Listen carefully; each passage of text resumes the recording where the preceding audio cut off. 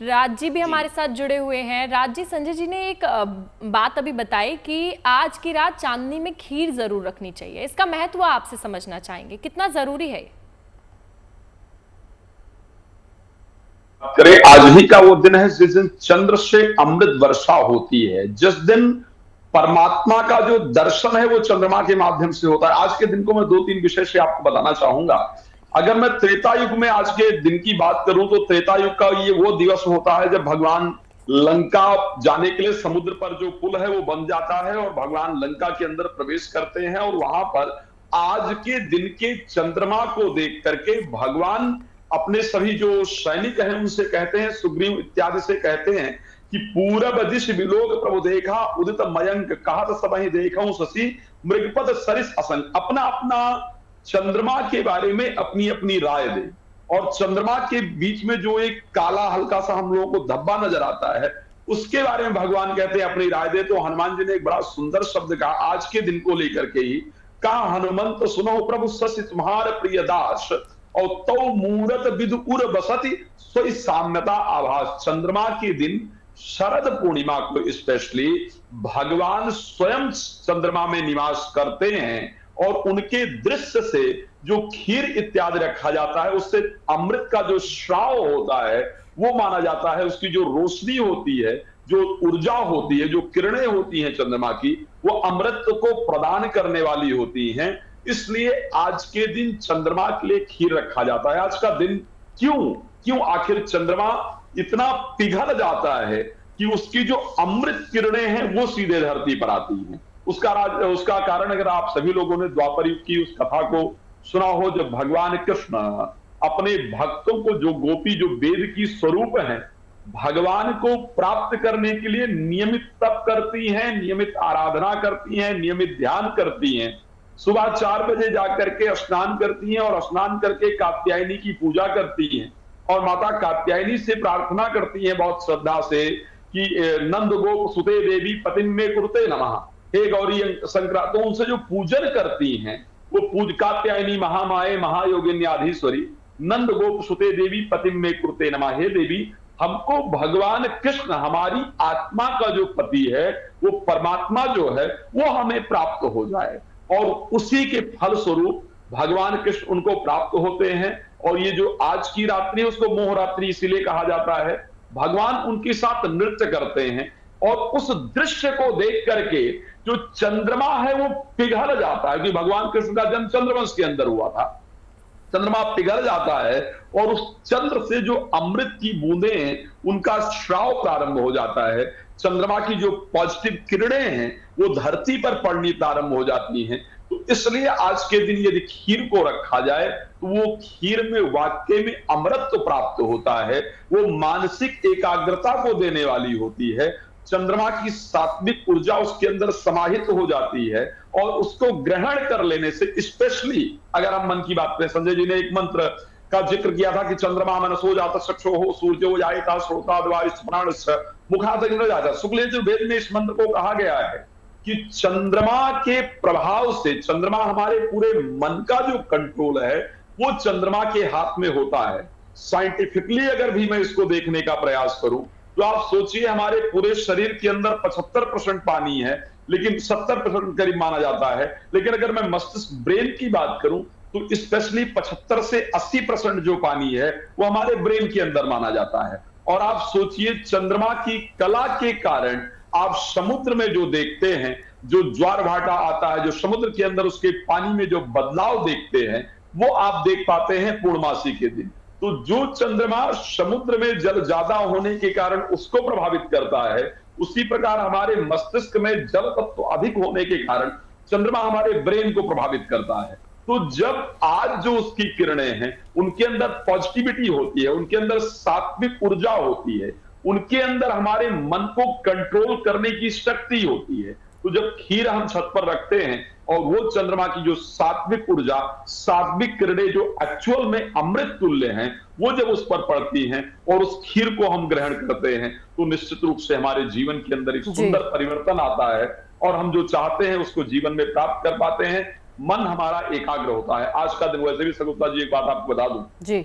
जी सगुप्ता जी, आज का दिन एक्चुअल में अपने मन को कंट्रोल करने के लिए आज वो दिन है जिससे हम अपने डिस्ट्रैक्शन को कंट्रोल कर सकते हैं, अपने एंजाइटी को कंट्रोल कर सकते हैं, अपनी नेगेटिविटी और फोबिया को कंट्रोल कर सकते हैं। ये वही दिन है जब भगवान कृष्ण ने रास रचाया, यमुना के तट पर जाकर के। भागवत के 10वें स्कंद के अंतर्गत ये सुंदर कथा का वर्णन मिलता है।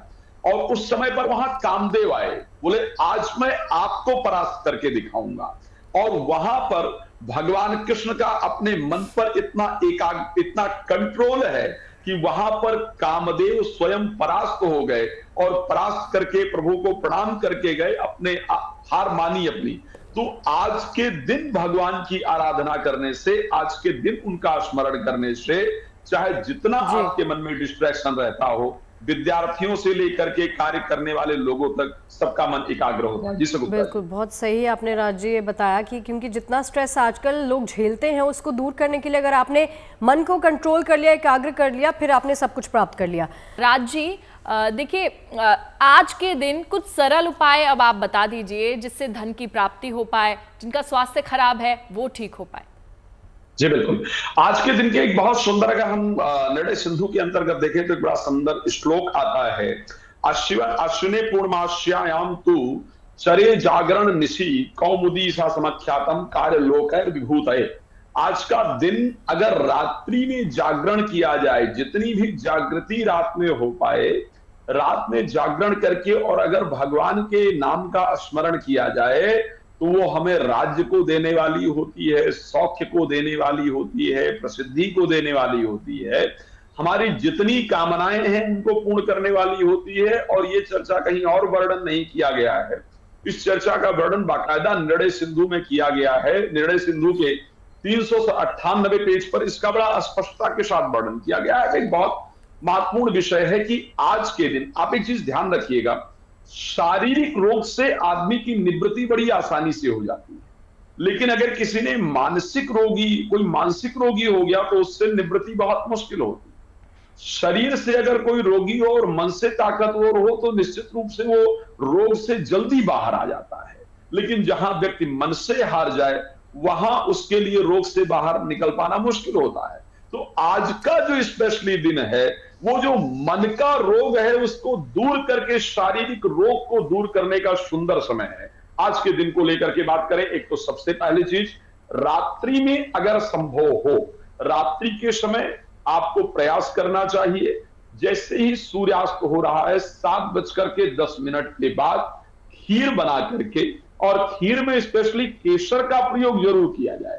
अगर संभव हो तो गाय के दुग्ध से खीर को तैयार किया जाए, खीर बना करके केसर उसमें डाला जाए, और उसके बाद कोई ऐसी चीज रख करके जिससे उसके ऊपर कीड़े मकोड़े इत्यादि ना गिरे, छत पर, खुली छत पर रखना बहुत लाभप्रद माना जाता है।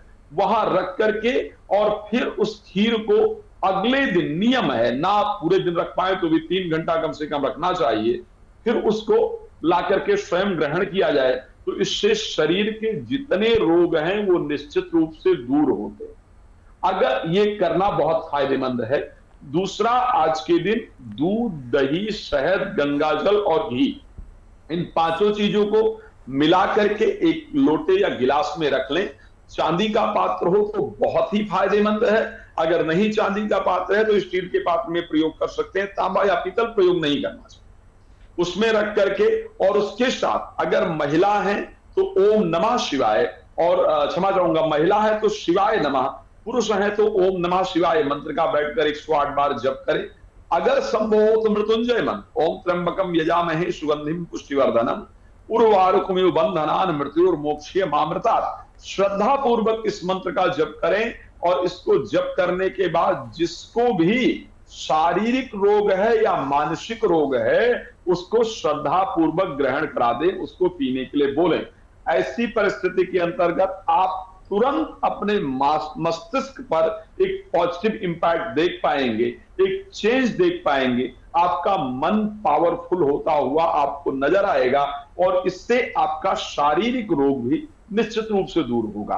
आज के दिन, क्योंकि ये दिन भगवान कृष्ण को समर्पित है, आज के दिन आपने शिव जी की वो स्टार्टिंग में चर्चा किया था कि शिव जी को लेकर कुछ आपने कहा था, मैं आपको बताना चाहता हूं आज ही का वो दिवस है जिस दिन भगवान शंकर ने अर्धनारीश्वर स्वरूप को धारण किया था, जिस दिन भगवान को भी स्त्री बनना पड़ा था, जब वो रास के अंदर प्रवेश करना चाहते थे, उनको लगा कि आज ब्रह्म नृत्य कर रहा है, ब्रह्म के साथ वो वेद की स्वरूपा जो गोपियां हैं वो नृत्य कर रही हैं, और इस नृत्य में अगर मैं प्रवेश नहीं कर पाया तो बेहतर नहीं होगा। तो आज के दिन भगवान शंकर का स्मरण, शरीर की आरोग्यता को देने वाला ओम नमो भगवते वासुदेवाय नमः मंत्र का स्मरण घर में सुख शांति देने वाला और धन की वृद्धि देने वाला होगा। लेकिन ये 7:19 के बाद ही यह स्मरण करना चाहिए, ऐसा शास्त्रों मिलता है। जी चलिए, बहुत ही अच्छे उपाय राज जी आप बता रहे हैं। अगर आप मुझसे जुड़ करके अपनी समस्याओं का समाधान चाहते हैं और चाहते हैं कि आपकी समस्याओं को ज्योतिष के माध्यम से